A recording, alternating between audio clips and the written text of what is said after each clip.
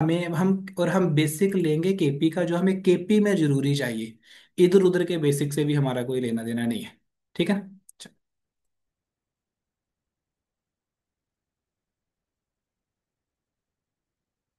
तो केपी के बेसिक में हमारे पास टोटल 5 चीजें हैं। सबसे पहला पॉइंट हमारे पास आते हैं प्लैनेट, 9 ग्रह।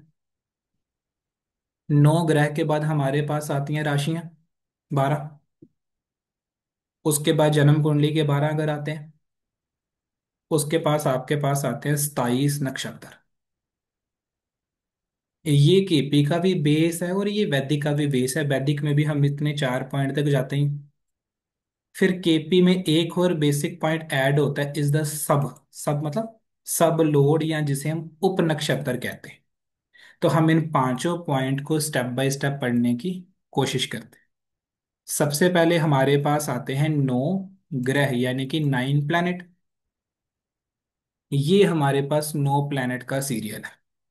नॉर्मल आपने देखा होगा कि ग्रहों को सूर्य से शुरू करते हैं ना, सूर्य फिर चंद्र फिर मंगल। हम सूर्य से नहीं करें, मैंने आपको केतु लिखाया है। आप हेडिंग डालिए 9 प्लैनेट और मेरे साथ साथ लिखो। पहले लिखो केतु, केतु के बाद लिखिए शुक्र, शुक्र के बाद लिखिए सूर्य, सूर्य के बाद लिखिए चंद्र, चंद्र के बाद लिखिए मंगल, मंगल के बाद लिखिए राहु, राहु के बाद लिखिए बृहस्पति, बृहस्पति के बाद लिखिए शनि, शनि के बाद लिखिए बुध। तो केतु, शुक्र, सूर्य, चंद्र, मंगल, राहु, बृहस्पति, शनि, बुध, ये आपके 9 ग्रहों का बेसिक सीरियल है। ठीक है। इस सीरियल को क्या कहते हैं?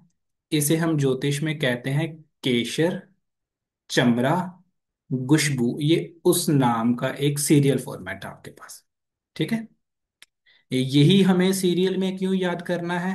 हम आगे जाकर नक्षत्र पर काम करेंगे ना, वो इसी सीरियल से काम करेंगे नक्षत्र पर। फिर आगे आप जाकर केपी में सब लोड पर काम करेंगे, इसी सीरियल पर काम करेंगे। ठीक है। केतु के बाद शुक्र, फिर सूर्य, फिर चंद्र, फिर मंगल, राहु, बृहस्पति, शनि, बुध। ठीक है ना? इसे आपको बार बार रीड करना है और इसे आपको बार बार याद रखना है। एक बार हिंदी के 3 अक्षर भी लिखिए, उससे शुरू करते हैं, आपको ये लाइन समझ आएगी। पहले लिखिए केशर, हिंदी में लिखना। ठीक है। केशर। उसके आगे लिखिए चमड़ा, आगे लिखिए गुशबू। केशर, चमड़ा, गुशबू। 3 लाइनें हो गई। इन तीनों अक्षरों को अब अलग अलग करते हैं। पहले केशर को अलग करेंगे, के फॉर केतु। केशर के के से आ गया। ठीक है। आगे श बचा ना, केश, श फॉर शुक्र। फिर केशर में क्या बचा?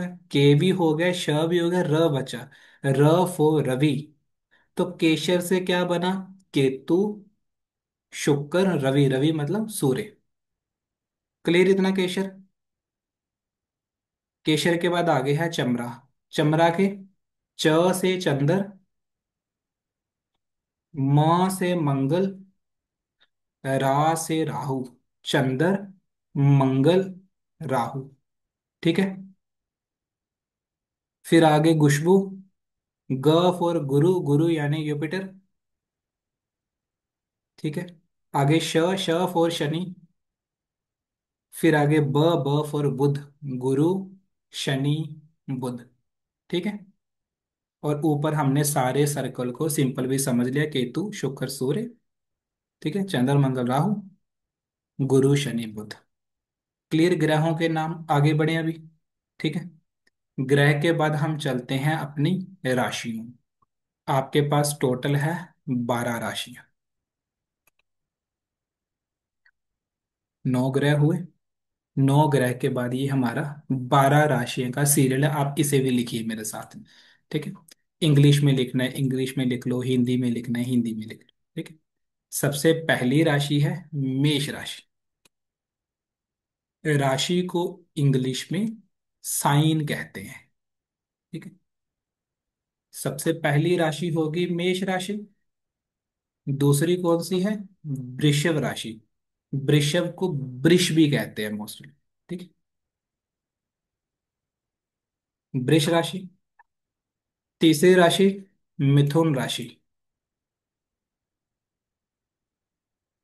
चौथे नंबर की राशि कर्क राशि। पांचवें नंबर की राशि सिंह राशि। छठे नंबर की राशि कन्या। सातवें नंबर की तुला। आठवें नंबर की वृश्चिक। नौवें नंबर की धनु। 10 नंबर की मकर। 11 नंबर की कुंभ। 12 नंबर की मीन राशि। तो मेष, वृष, मिथुन, कर्क, सिंह, कन्या, तुला, वृश्चिक, धनु, मकर, कुंभ, मीन। ठीक है ना? 12 राशियां कंप्लीट हुई।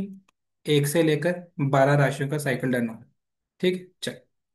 अब ज्योतिष में राशियों को अलग अलग तरीके में डिवाइड करते हैं। जैसे पुरुष राशियां, स्त्री राशियां। ठीक है। ऐसे ही राशियों के तत्व हैं, राशियों की जाति है। हमें केपी में क्या जरूरत है, हम उतना ही पॉइंट को समझेंगे। ठीक है। तो इन केपी हम इन राशियों को 3 भागों में डिवाइड करते हैं। ठीक है। जिसे हम राशियों के स्वभाव कहेंगे या नेचर कह सकते हो। ठीक है। तो 3 तरीके का स्वभाव है। कौन कौन सा? पहले लिखी चर राशियां। चर को इंग्लिश में कहते हैं मूवेबल साइन। साइन राशि का ही नाम है। ठीक है, चर राशियां जिसे मूवेबल साइन कहते हैं। उसके नीचे लिखना है, सामने नहीं लिखना, नीचे लिखना है। ठीक है। चर के नीचे आता है स्थिर राशियां। स्थिर मतलब फिक्स साइन। ठीक है। चर होगी ऊपर, नीचे स्थिर, नीचे आएगा द्विस्वभाव यानी कि ड्यूल साइन। ठीक है। क्लियर? पहली क्या है? चर। दूसरी स्थिर। तीसरी द्विस्वभाव। एक ऊपर ऊपर लिखा, पहले लिखा है चर, फिर लिखा है स्थिर, फिर लिखा है द्विस्वभाव। तो राशि नंबर 1 मेष राशि चर में आएगी। राशि नंबर 2 वृष राशि स्थिर में आएगी। राशि नंबर 3 मिथुन राशि द्विस्वभाव में आएगी। क्लियर है ना क्यों ऊपर नीचे लिखा उसे? ताकि वो साइकिल आपका सिंपल हो जाए। अब राशि 4 फिर से चर में, 5 स्थिर, 6 द्विस्वभाव। ऐसे पूरा सर्कल बना दो।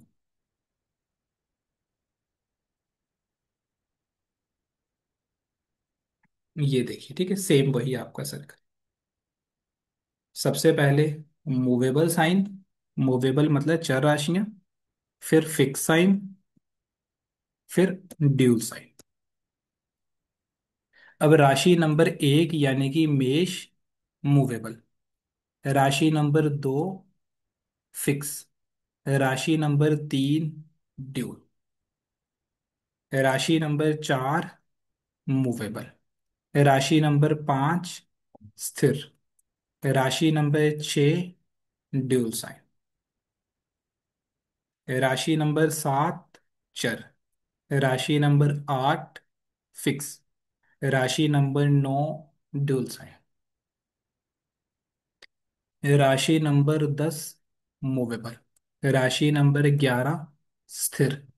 राशि नंबर 12 ड्यूल साइन। ठीक है। तो क्या हुआ? चर, स्थिर, द्विस्वभाव, ये दो पूरे हो गए। अब एक एक अक्षर में इनका मतलब लिख लें। ठीक है। चर का मतलब होता है चलना, यानी कि ये जो राशियां होती हैं वो मूवमेंट वाली होती हैं। ये उनका काम है, वो हमेशा चलते रहती हैं। ठीक है। क्लियर इतना पॉइंट? चर। सेकंड है स्थिर, रुकी हुई हैं, ठहराव है उनके अंदर। ठीक है, स्थिर हो गया। और फिर द्विस्वा, मल्टीपल करना या दोहरा करना। ठीक है, ड्यूल इवेंट देना। जुड़वा बच्चे, दूसरी शादी, ये सारे ही द्विस्वभाव की राशि का काम होता है। ठीक है। स्थिर राशियां कहाँ इस्तेमाल होती, जहां बात होती है कोई स्थिरता की।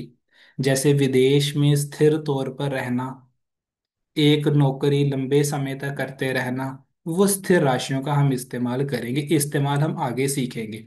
ये तो पता लगेगा ना, स्थिर कौन सी है, चर कौन सी है, द्विस्वभाव कौन सी है। सबसे ज्यादा इस्तेमाल होता है द्विस्वभाव राशियों का। ठीक है। जब एक इवेंट के साथ दूसरा इवेंट भी करना हो, तो वहां पर द्विस्वभाव राशि का इस्तेमाल आता है।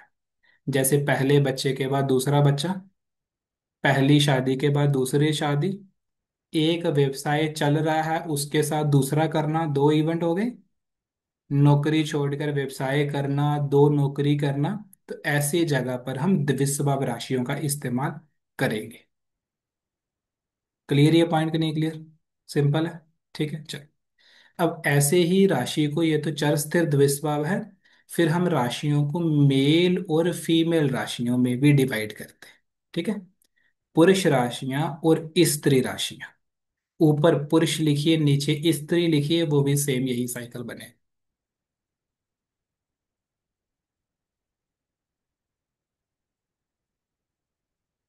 पहले लिखिए मेल साइन, साइन लिखना साइन लिख लो, राशि लिखनी राशि लिख लो। नीचे लिखिए फीमेल साइन।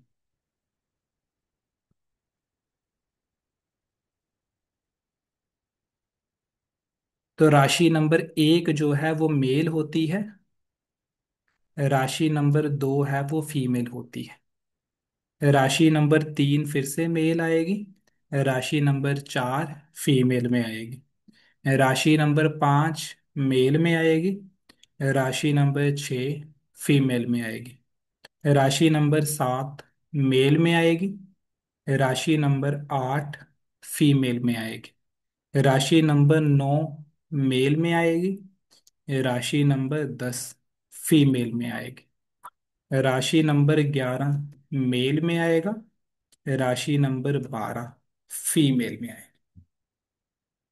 Simple cycle. कहाँ इस्तेमाल होगा इसका? ये इस्तेमाल करेंगे हम चाइल्ड बर्थ के समय में। चाइल्ड बर्थ मेल होगा या फीमेल होगा, उस जगह पर इसका इस्तेमाल है, और कहीं भी इसका इस्तेमाल ज्यादा नहीं। क्लियर? यहाँ तक सिंपल है, बेसिक है, कोई ज्यादा नहीं है। पहले आपने ग्रह पढ़ लिए नौ, फिर आपने राशियों के नाम पढ़े हैं, फिर हमने क्या करा, राशियों को दो भागों में विभाजित करा। पहले चर स्थिर द्विस्वभाव, दूसरा भाग उसका मेल और फीमेल। ठीक है, आगे बढ़े इसके अभी। ठीक है, अभी आगे हम थोड़ा सा राशि चक्कर को समझने की कोशिश करते हैं। ठीक है, आप हेडिंग डालिए राशि चक्कर।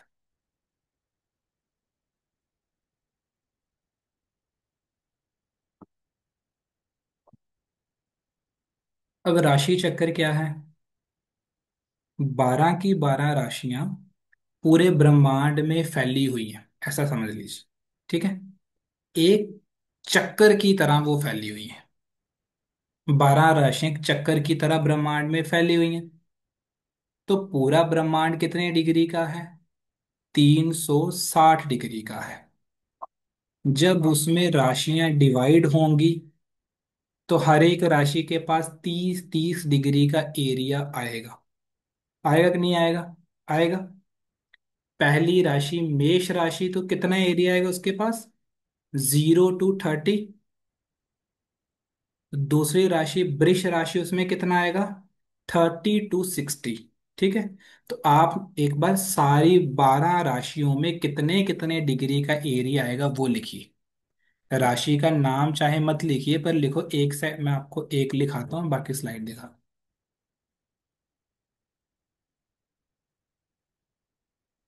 जैसे यहां लिखो राशि, आके लिखिए डिग्री, और नीचे लिखिए राशि नंबर 1। इसमें कितनी डिग्री आएगी? 0 to 30 डिग्री। ठीक है ना? फिर राशि नंबर 2, 3, ऐसे सभी के आगे लिखते जाएंगे। मैं आपको स्लाइड दिखाता हूँ।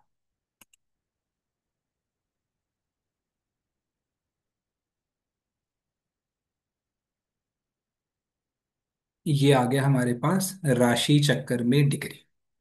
सबसे पहली राशि मेष राशि, 0 to 30 डिग्री। मेष के बाद दूसरी राशि आएगी वृष राशि, 30 to 60 डिग्री। वृष के बाद मिथुन राशि आएगी, 60 to 90 डिग्री। ठीक है। मिथुन के बाद फोर राशि कर्क राशि, 90 to 120 डिग्री कर्क में आएगा। कर्क के बाद सिंह राशि, 120 to 150 डिग्री सिंह राशि में आएगा। सिंह के बाद आएगी कन्या, कन्या में आएगा 150 to 180 डिग्री कन्या में आएगा। कन्या के बाद आएगी तुला, तुला में आएगा 180 to 210 डिग्री। फिर वृश्चिक, 210 से लेकर 240 वृश्चिक। वृश्चिक के बाद धनु, 240 to 270 डिग्री। धनु के बाद आएगा मकर, 270 to 300 डिग्री। धनु के मकर के बाद कुंभ, 300 to 330 डिग्री कुंभ। कुंभ के बाद मीन, 330 to 360 डिग्री। ठीक है ना? अब ये पूरा एक चक्कर है, ये ऐसा चक्कर बनेगा, इसे देखिएगा। ठीक है ना? यहां से लेकर 0 से 30 तक मेष आ गया, 30 से 60 तक। अरे क्यों लाइन नहीं लगा?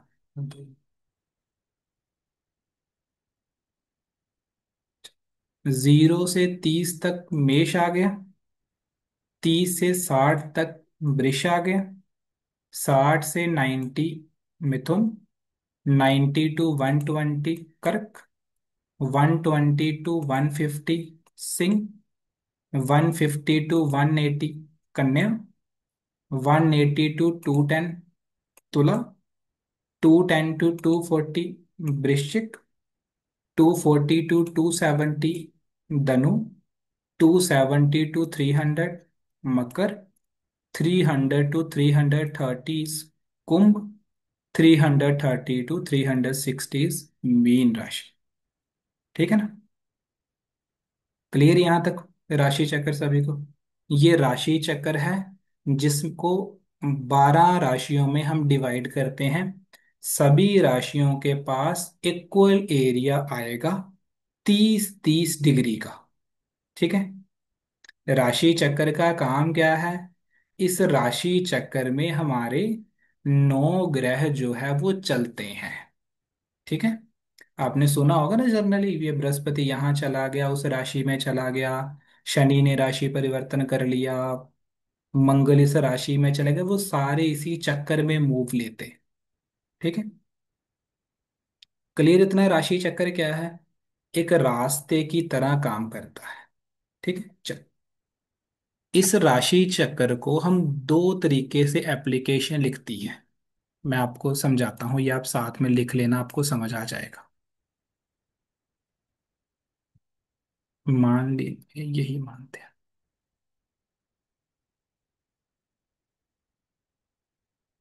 मान लीजिए मैं आपको कहूं कि सन है, सन आपका है 80 डिग्री पर। तो सन कौन सी राशि में होगा, आप मुझे बता सकते हो? 80 डिग्री कौन सी राशि में आता है? 60 डिग्री से लेकर 90 डिग्री तक मिथुन राशि आती है। तो सन कहाँ पर होगा फिर? मिथुन में होगा ना फिर। क्लियर पॉइंट कि नहीं क्लियर? सेम पॉइंट है। कोई दिक्कत परेशानी नहीं, सिंपल। सिंपल। मैं आपको यही थोड़ा सा घुमा कर कहता हूं। मैं आपको ये कहता हूं कि सन मिथुन राशि में, मिथुन राशि में है 20 डिग्री का। तो आप कैसे फिर पता लगेगा सन पूरा 360 डिग्री के चक्कर में कहाँ पर है? मिथुन शुरू कहाँ से हो रही है? 60 से शुरू होती है ना मिथुन। मिथुन में 20 डिग्री का मतलब मिथुन स्टार्ट इन 60। 60 + 20 80, तो दोनों बातें सेम ही है। यस और नो? ये समझ आया पॉइंट कि नहीं समझ आया? दोनों बातें सेम ही है ना। क्योंकि हमने वहां पर राशि का नाम लेकर लिखा है कि उस राशि में उतने डिग्री पर है। और एक हमने पूरा 360 डिग्री के चक्कर में लिख दिया। ठीक है। मैं फिर से रिपीट करता हूँ। दो तरीके से एप्लीकेशन में लिखा होता है। एक तो ये लिखा होगा कि कोई प्लैनेट ओवरऑल 360 में किस डिग्री पर है। मान लो वहां लिखा हो कि सूर्य आपका 80 डिग्री पर है यहां पर। तो आपको ये पता है 80 डिग्री पर मिथुन राशि आएगी। ऐसे। दूसरा क्या लिखा होता है? दूसरा लिखा होगा राशि का नाम लेकर कि सन मिथुन 20 डिग्री। इसका ये मतलब है कि मिथुन राशि जितने डिग्री से स्टार्ट होती है उसमें से 20 प्लस कर लीजिए। तो मिथुन राशि start in the 60 degree. 60 + 20 80 degree. Same he point है, कोई भी उसमें अंतर नहीं है। ठीक है ना? क्लियर है इतना पॉइंट? एप्लीकेशन में दो तरीके से डिग्री लिखी होती है ग्रहों के आगे। एक तो लिखी होगी 360 डिग्री के हिसाब से। एक लिखी होगी राशि का नाम लेकर उसके आगे डिग्री। आप एस्ट्रोसेज इस्तेमाल करते हैं केपी के लिए। एस्ट्रोसेज में ग्रह के आगे 360 डिग्री के हिसाब से लिखा होगा। देखें एक बार जाकर हम सभी, है ना? आपको एक आइडिया लग जाएगा। चलिए।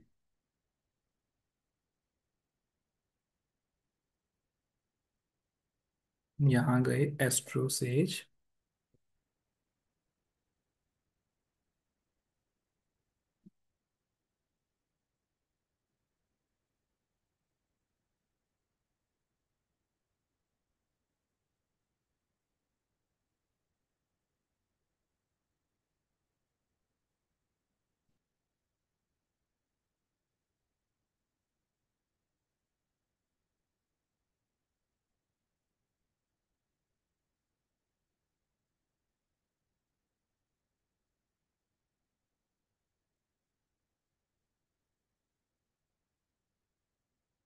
ये आ गया।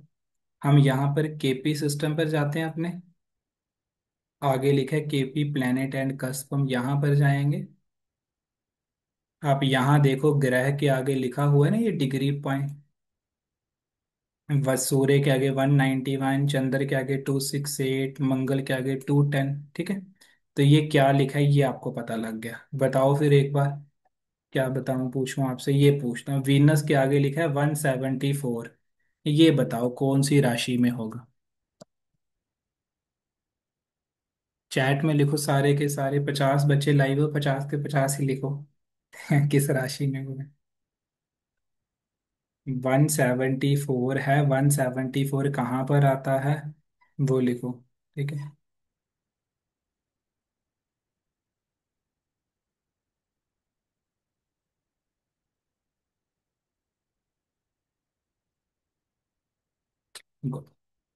किसी ने लिखा है तुला, किसी ने लिखा है कन्या। ठीक है। हम एक बार मैच, किसी ने मेष भी लिखा है 174, ये भी बढ़िया है। ठीक है। 174 कहाँ पर आएगा? 174 आपका आएगा, यहां पर आएगा। ठीक है। 174। क्लियर है ना? अब जिन्होंने गलत लिखा है, क्यों गलत लिखा होगा? क्योंकि हमने लिखा नहीं होगा। मैंने आपको शुरू में कहा है, आप लिखोगे नहीं तो आपको आएगा नहीं। ठीक है। आप जितनी भी गलती करोगे मैं वैसे ही बता दूंगा आपने क्या गलती करी होगी। इसमें जितनों ने भी गलत बताया इसीलिए गलत बताया क्योंकि आपने वो लिखा नहीं है। मैं बोलता गया राशि चक्र, आपको समझ लग गया कि राशि चक्र है। जब तक आप लिखेंगे नहीं आपको कुछ भी नहीं आएगा। कुछ भी मतलब, मैं 100% समझाऊंगा, आप माइनस में जाते जाओगे। क्योंकि चीजें स्टेप बाय स्टेप आगे बढ़ेंगी, कम नहीं होंगी। ठीक है। क्लियर? इतना आपको लिखना पड़ेगा। एक बार लिख लोगे 10 दिन में, फिर सारी जिंदगी नहीं लिखना पड़ेगा। ठीक है। नहीं लिखेंगे तो फिर क्या होगा, मेरे बाद किसी और का ज्वाइन करेंगे, फिर कभी किसी और का करें, फिर वो मल्टीपल आप मार्केट में घूमते रहोगे। 70-80% लोग ऐसे ही करते हैं। किसी एक से कर लिया, नहीं समझा, चलो किसी दूसरे की ऐड देखी उससे कर लिया, फिर किसी तीसरे से कर लिया। ऐसे नहीं करना। आराम से आप मुझे अपने 10 दिन दो, 11वें दिन आपको लगेगा ही नहीं अब कुछ करना है। प्रैक्टिस के अलावा कुछ भी नहीं बचेगा। क्लियर? बढ़े इसके आगे? ठीक है। राशि चक्र में प्लैनेट चलते हैं हमारे। डन इतना? ठीक है, चलिए। अब ज्योतिष में 2 पॉइंट हमारे पास आते हैं। पहला आता है जन्म कुंडली, और दूसरा आता है गोचर। गोचर यानी कि ट्रांजिट। तो ये आप लिखिए पॉइंट, लिखो डिफरेंस बिटवीन बर्थ चार्ट, जन्म कुंडली को इंग्लिश में कहते हैं। Difference between birth chart and transit, दोनों में अंतर क्या है? ठीक है।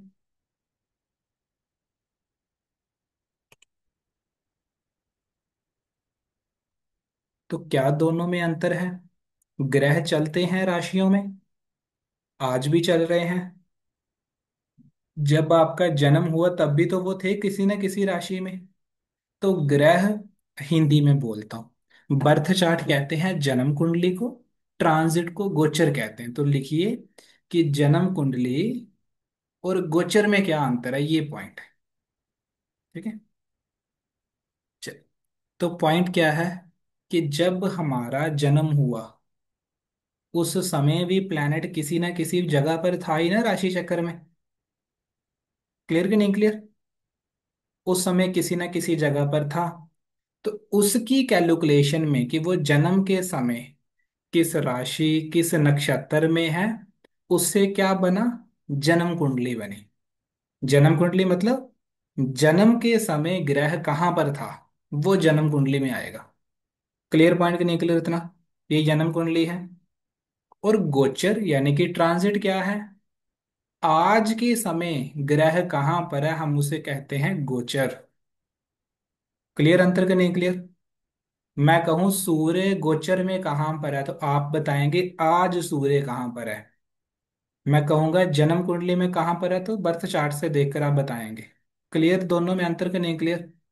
गोचर यानी कि आज के समय की ग्रहों की प्लेसमेंट, क्योंकि वो आपके बर्थ के बाद चल रहे हैं, रुके नहीं हैं। बर्थ चार्ट यानी कि जन्म के समय की ग्रहों की प्लेसमेंट। ठीक है।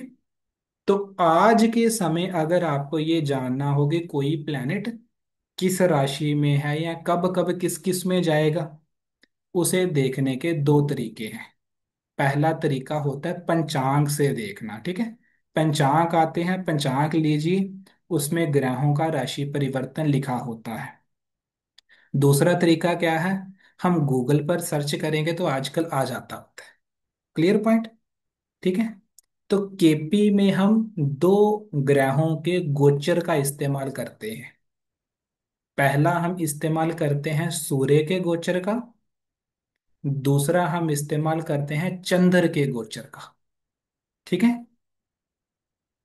तो पहले सूर्य गोचर समझते हैं कैसे देखेंगे, फिर चंद्र गोचर समझ लेते हैं। ठीक है।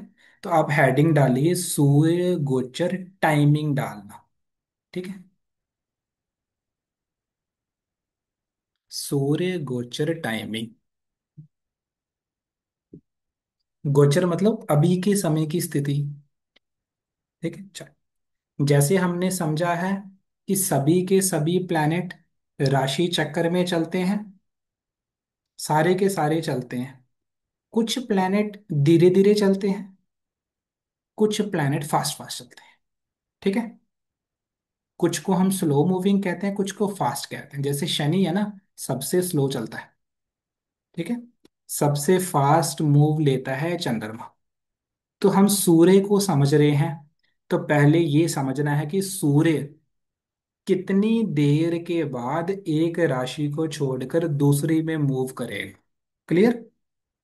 तो सूर्य आपका एक राशि से दूसरी राशि में जाने के लिए 1 महीना लगाएगा। तो लाइन क्या लिखेंगे, लिखो सन मूव वन राशि इन 1 मंथ। ठीक है, क्लियर इतना। अंदाजा ही होता है 30 दिन का, 31 28, मतलब आइडियल एक 30 दिन लेते हैं। हर साल मकर संक्रांति आती है। कब आती है मकर संक्रांति? करीबन 15 जनवरी। 15 को, कभी 14 को, कभी 13 को, ना इसी के 1 2 दिन आगे पीछे आएगी। उस समय सूर्य आपका मकर राशि में एंट्री करता है, मकर संक्रांति वाले दिन। ये सूर्य को गोचर को समझने का एक रूल है। ठीक है, लिखो एवरी ईयर, मतलब हर साल, सन एंटर इन मकर संक्रांति, मकर राशि। ठीक है, तो फिर पूरा महीना मकर में रहेगा। मकर 10 नंबर होती है, फिर कुंभ में जाएगा। तो हम 15 15 से समझ लें, फिर आपको मैं गूगल पर ले चलता हूँ, मैं ये आपको लिखाता हूँ।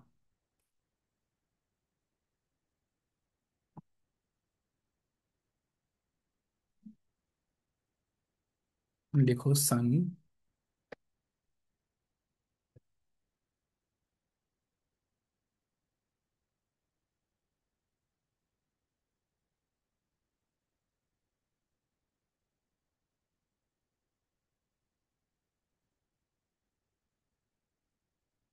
15, यहाँ लिखो एंट्री डेट,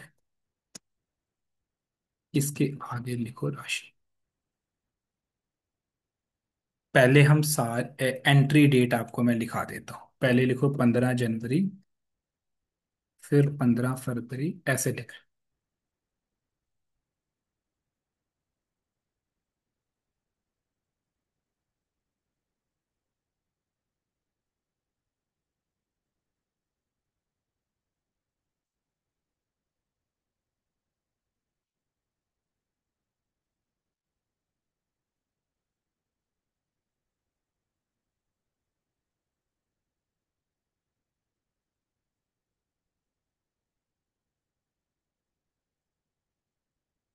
अब राशि लिखते हैं। 15 जनवरी को वो एंटर करता है मकर में, मकर होती 10 नंबर। फिर आगे किस में जाएगा? मकर के बाद कुंभ में, कुंभ के बाद मीन, मीन के बाद मेष, मेष के बाद वृष, वृष के बाद मिथुन, मिथुन के बाद कर, कर के बाद सिंह, सिंह के बाद कन्या, कन्या के बाद तुला, तुला का वृश्चिक, वृश्चिक के बाद धनु। ठीक है,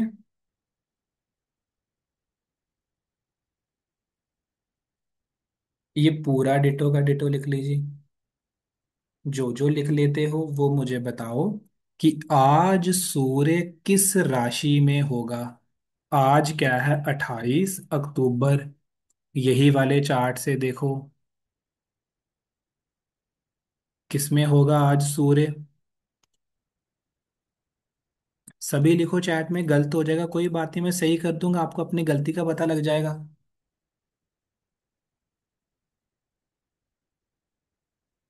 तुला में होगा, कब से कब रहता है तुला में? 15 अक्टूबर टू 15 नवंबर तुला में रहेगा। ये तुला में रहेगा ना, ये देखो ये एंट्री ले रहा है 15 अक्टूबर को तुला में। फिर 15 नवंबर को जाएगा 8 में स्कॉर्पियो में, तो 15 अक्टूबर तो 15 नवंबर तुला में रहेगा। तो अभी सूर्य किस राशि में है? तुला में है। क्लियर यहाँ तक? नहीं क्लियर? जिन्होंने स्कॉर्पियो बताया उन्हें क्लियर हो गया क्या गलती है? ठीक है, जब एंट्री से आगे वाली में जाएगा तो आएगा। ठीक है, अब हमने यहाँ 15 15 लिखा है ना, सभी का 15 15 तारीख ले ली है। कई बार एक दो दिन आगे पीछे होगा, ज्यादा नहीं होगा। जैसे 15 से 14 या 13, या 15 से 16 या 17। ठीक है।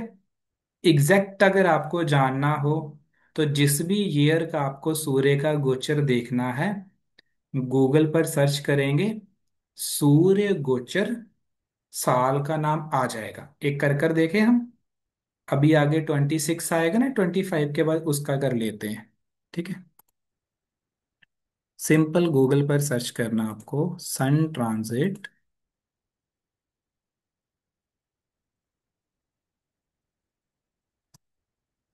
ट्रांजिट कर लेना, गोचर कर लेना, जो मन करे। ट्रांजिट 2026 सर्च करेंगे, कितनी सारी जगह आपको दिख जाएगा। हम एक वेबसाइट का इस्तेमाल करते हैं, ये वेबसाइट है दृक पंचांग, फ्री है। आप भी इसका इस्तेमाल कर सकते हो, काफी सरल। यहाँ लिखा है 2026 सूर्य ट्रांजिट, यहाँ क्लिक करेंगे, आपको आगे वाले पेज पर वो ले जाएगा। ठीक है, ये आ गया। ये कह रहा है कि सूर्य 14 जनवरी को मकर में एंट्री करेगा, फिर 13 फरवरी को कुंभ में जाएगा, फिर 15 मार्च को मीन में जाएगा, फिर 14 अप्रैल को मेष में जाएगा, फिर 15 मई को वृषभ में जाएगा, 15 जून को मिथुन में जाएगा, 16 जुलाई को कर्क में जाएगा, 17 अगस्त को सिंह में जाएगा, 17 सितंबर को कन्या में जाएगा, 17 अक्टूबर तुला में जाएगा, 16 नवंबर वृश्चिक में, 16 दिसंबर धनु में जाएगा। वही सेम, जो सेम मैंने साइकिल लिखा है वही है, एक दो दिन आगे पीछे है। क्लियर है कि नहीं क्लियर? ठीक है। डन इतना। गूगल पर सर्च, और सूर्य के गोचर को याद रखने का एक तरीका है कि सन मकर संक्रांति को मकर में आता है। मकर संक्रांति हर साल 15 जनवरी के नियर अबाउट आती है। ठीक है। सूर्य गोचर हुआ क्लियर, कैसे देखेंगे? भूलेगा तो नहीं अभी? आपने लिख लिया, बार बार देखते रहना। अब फिर है चंद्र गोचर। ठीक है। चंद्र जो है वो सबसे फास्ट गति से मूव करने वाला प्लैनेट है, सबसे फास्ट मूव लेता है। तो चंद्र, जैसे सूर्य एक राशि में 1 महीना रहता है, चंद्र एक राशि में 2.25 दिन रहता है, मतलब दो से थोड़े से ज्यादा। ठीक है। दो से थोड़े से ज्यादा दिन रहेगा। पूरा 3 नहीं रहता, ढाई भी नहीं रहता, 2.25 मतलब 2.25। ये हो गया।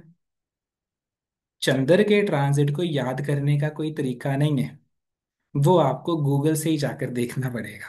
ठीक है। गूगल पर सर्च करना है मून ट्रांजिट, अपने आप आ जाएगा। क्लियर है? देखें फिर आज चंद्र किस राशि में होगा। सिंपल सर्च करते हैं मून ट्रांजिट 2025।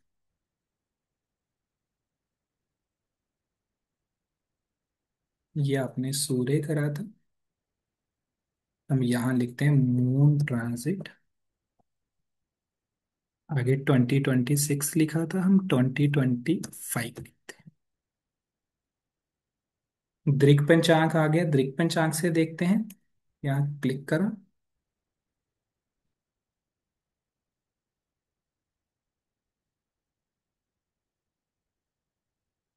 नीचे गए। ये कह रहा है चंद्र 1 जनवरी को मकर राशि में था, 1 जनवरी 2025। फिर 3 जनवरी को चला गया कुंभ में, वही हो गया ना करीबन 2.25 दिन। फिर 5 जनवरी 2025 को चला गया मीन में। हमें देखना है आज कहाँ पर है, तो नीचे जाकर देखते हैं। ठीक है। ये जनवरी है, नीचे फरवरी है, मार्च आ गया, अप्रैल आ गया, मई जून जुलाई अगस्त सितंबर अक्टूबर नवंबर। अक्टूबर है ना, अभी तो 28 है। ये देखो, 28 अक्टूबर को मकर में आएगा अभी, ठीक है, 10:14 PM पर आएगा। क्लियर है ना? क्लियर यहाँ तक? चंद्र का कैसे देखेंगे? गूगल पर सर्च करेंगे मून ट्रांजिट, एंड हम केपी में यही दोनों का लेते हैं और किसी का नहीं लेते। तो आपने अभी करना क्या है, जिन्होंने आज की क्लास का लिख लिया बहुत अच्छा है, जिन्होंने नहीं लिखा फिर से रिकॉर्डिंग को देखकर लिखना। आप लिखने में परहेज रखोगे तो आप नहीं कर पाओगे, ठीक है। फिर मैनुअली गूगल पर जाकर सूर्य गोचर एक अगले साल का देखना, सूर्य का तो स्थिर ही रहेगा, वो चेंज नहीं होता, ठीक है। 1-2 दिन बोलेगा वो देखना। फिर ऐसे ही कर कर चंद्र वाले को भी देखना, आपको एक आइडिया लगेगा, ठीक है। जिन्हें पहले ज्योतिष की जानकारी होगी उन्हें तो ज्यादा नहीं लगा होगा, आजकल था ही बेसिक। जिन्हें पहले ज्योतिष की जानकारी नहीं है उनके लिए थोड़ा सा डिफिकल्ट हो सकता है, फिर भी मैंने आपको जीरो से ही समझाने की कोशिश करी। क्लियर है ना? इसके आगे फिर हम कल की क्लास में मूव करेंगे।